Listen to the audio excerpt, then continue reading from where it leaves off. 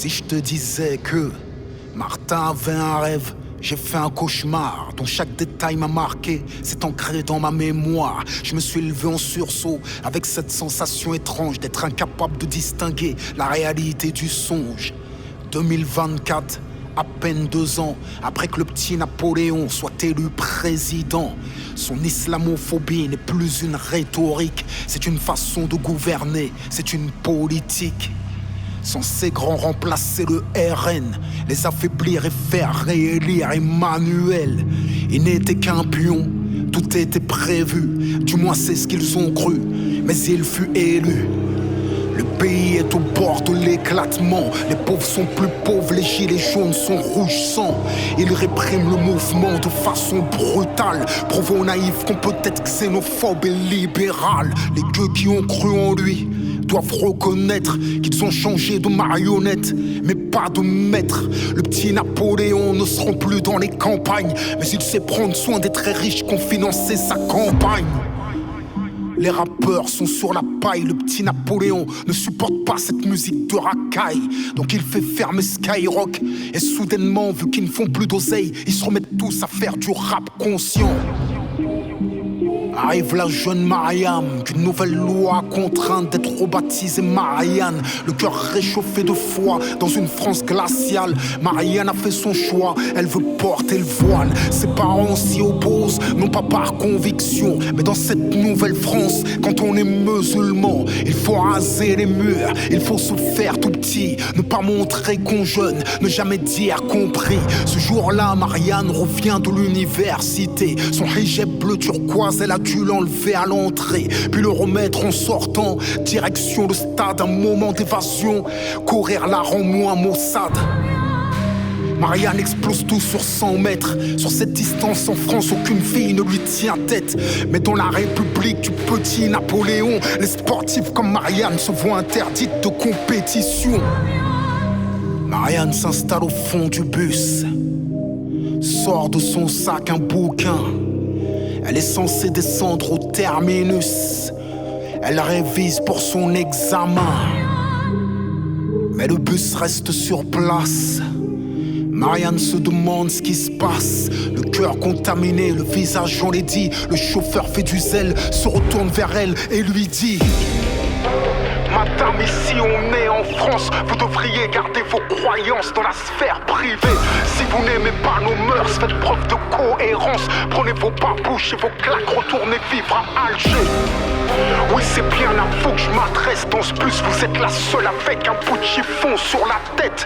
Soit vous enlevez votre voile, soit vous descendez. Moi je ne conduirai pas ce bus tant que vous y restez. Tels sont les mots qu'il lui jette à la figure.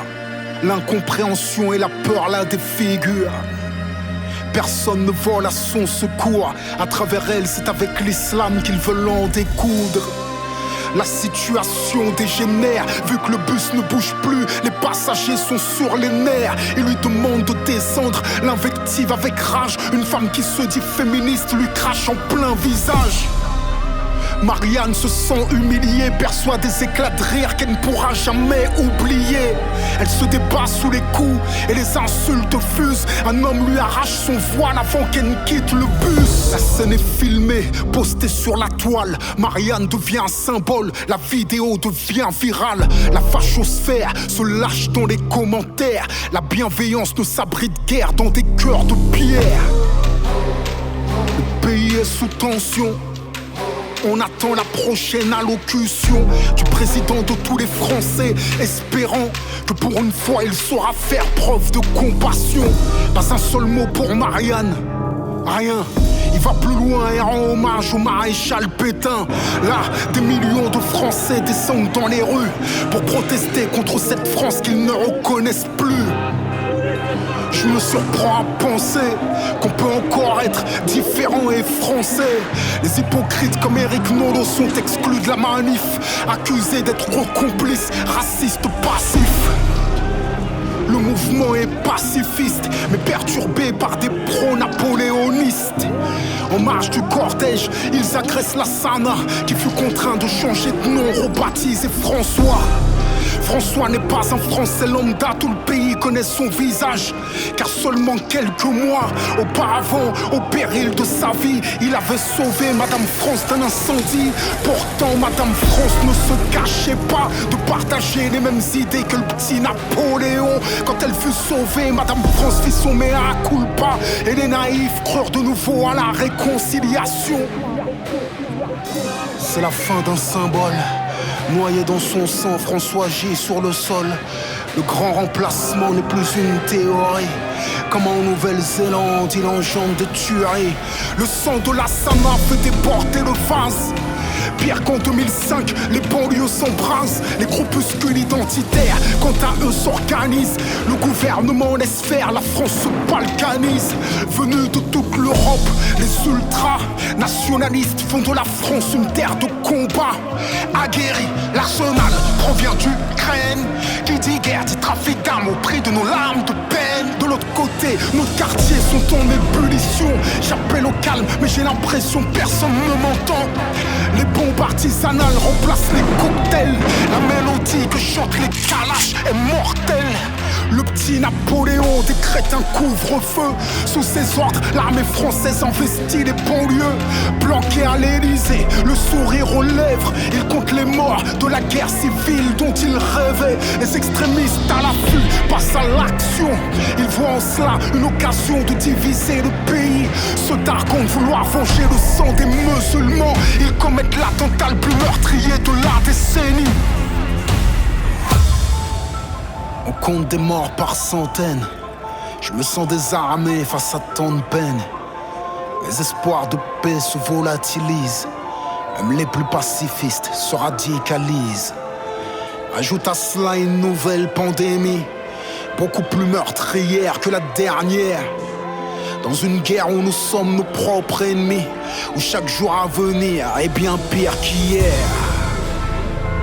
J'ai fait un cauchemar. J'ai du sang plein la mémoire. Je me réveille en sueur. Est-ce que le monde réel est meilleur?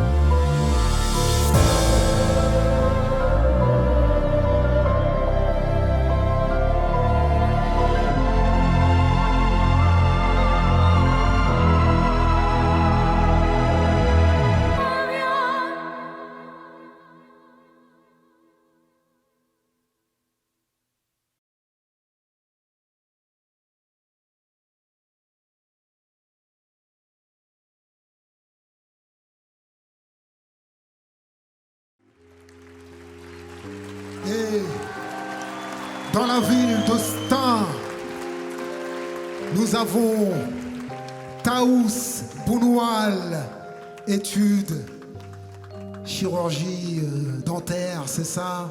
Tanous Bounoual va nous rejoindre. Et elle reçoit un chèque de 2000 €, mesdames et messieurs.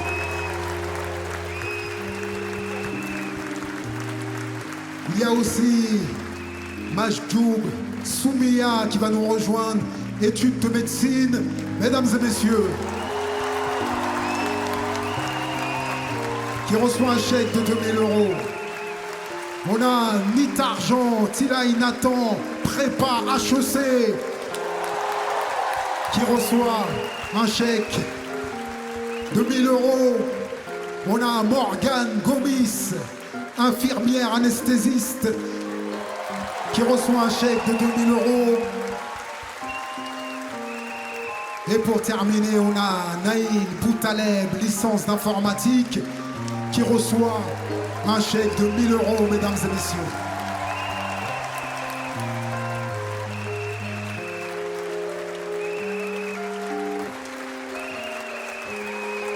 Alors, qui va parler en votre nom? Ce sera Morgane Gomis. Bonsoir à tous et à toutes. Alors premièrement, je tenais à vous remercier du plus profond du cœur de la part de tous les Stanois. On est les futurs infirmiers, docteurs, dentistes, architectes de demain. On continue de garder espoir. On est des jeunes issus de banlieue et on tient à construire la France de demain.